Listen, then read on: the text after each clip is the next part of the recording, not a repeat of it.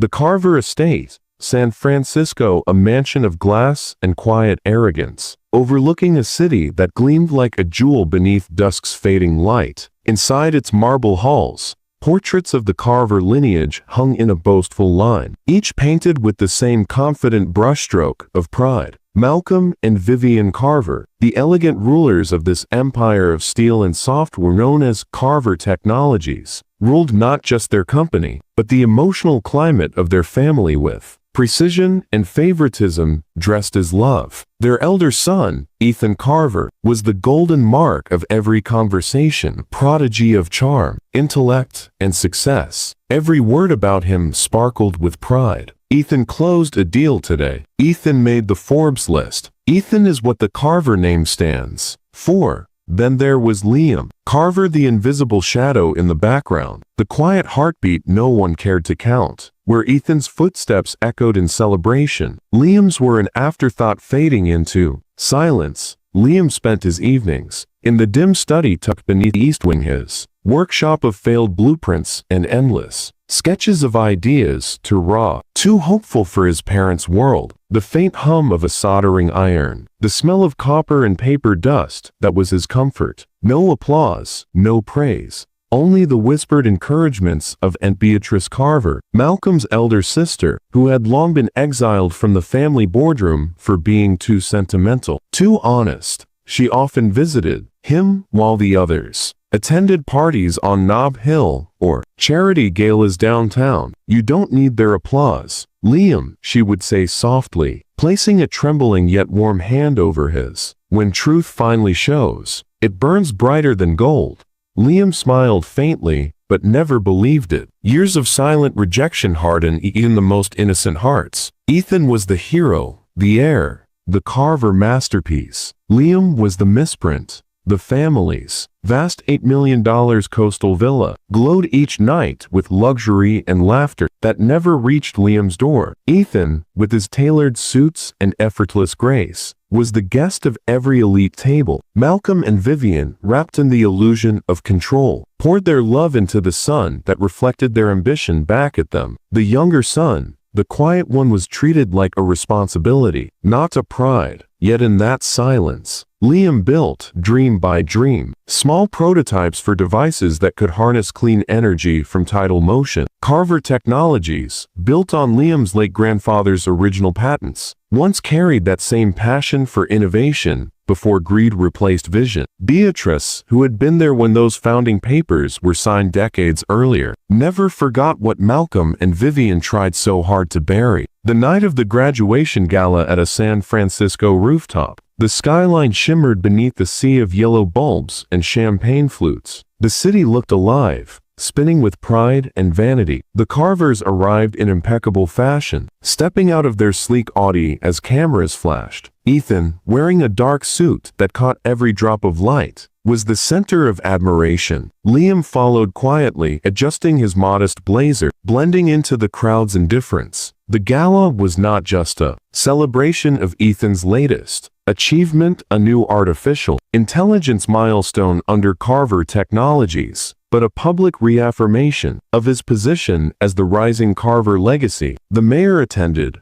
journalists circled, and Malcolm's aged face gleamed with satisfaction as he clinked glasses and declared Ethan the living symbol of Carver excellence. Somewhere between the laughter and the orchestra, a discreet courier approached Liam. The man wore black gloves, spoke not a word, and handed over a sealed, legal folder, embossed with the notary insignia. From Beatrice Carver, he said simply, then vanished into the crowd. Inside, Liam's hands trembled. The seal bore the family crest, the original, not the modernized emblem his parents flaunted. His breath caught. He found a quiet corner, near the edge of the terrace, where the city lights blurred like tears, and broke the seal. Inside were legal documents, land titles, inheritance clauses, and signed ownership transfers dated decades ago. Every line, every notarized piece of ink, confirmed one devastating truth. Carver Technologies had originally been placed under the trust of Harold Carver, the grandfather, to be inherited not by Malcolm, but by his younger sister, Beatrice, and her direct heir, Liam.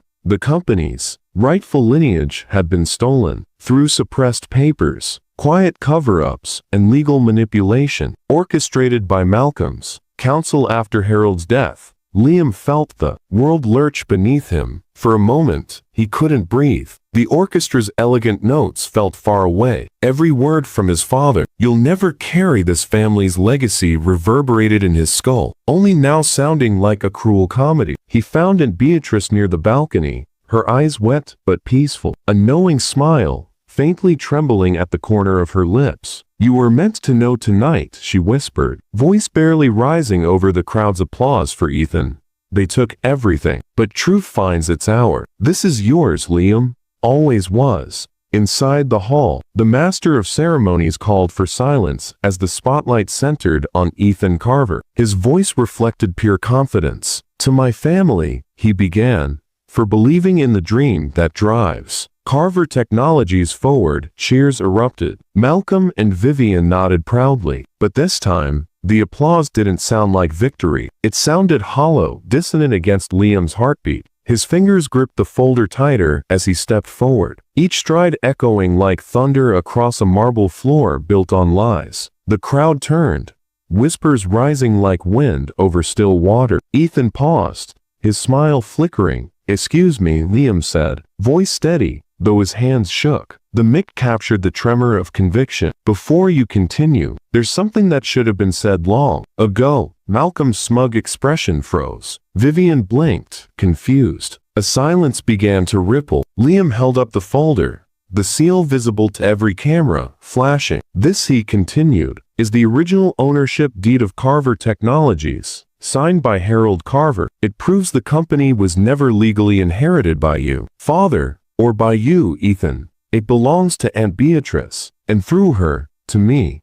A gasp fell through the room like broken glass. The digital screens, still broadcasting Ethan's face, flickered as reporters leaned forward. Malcolm's complexion drained of color. "What nonsense is this?" he snapped, voice breaking. Vivian's jeweled hands trembled around her glass, spilling champagne across the tablecloth. But Liam didn't falter. He opened the document fully, reading each clause aloud as cameras zoomed in. Details of account misdirection, hidden bank transfers, falsified succession, paperwork, all pointing toward a decades-long deception. Beatrice stepped forward, tears glistening, her spine straight as marble. "Enough, Malcolm," she said quietly, yet her words cut through the hall. "You've held those lies longer than decency allows." The silence that followed was deeper than any applause could be. Ethan's perfect poise collapsed. For once, he looked small, the practiced charm dissolving into unease.